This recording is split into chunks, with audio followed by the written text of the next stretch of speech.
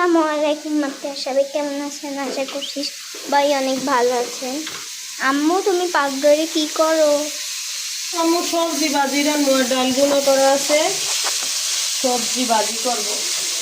Tomato আলু সিম দিয়ে তো কিছু নাই, মাছ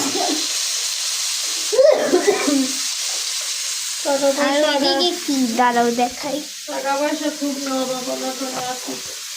সিম, টমেটো, আলু দিয়ে ভাজি করবা? এমনি যে চলি ঢাকা শহরে, খাইবে না খাই রুম ভাড়া দেওয়া লাগে।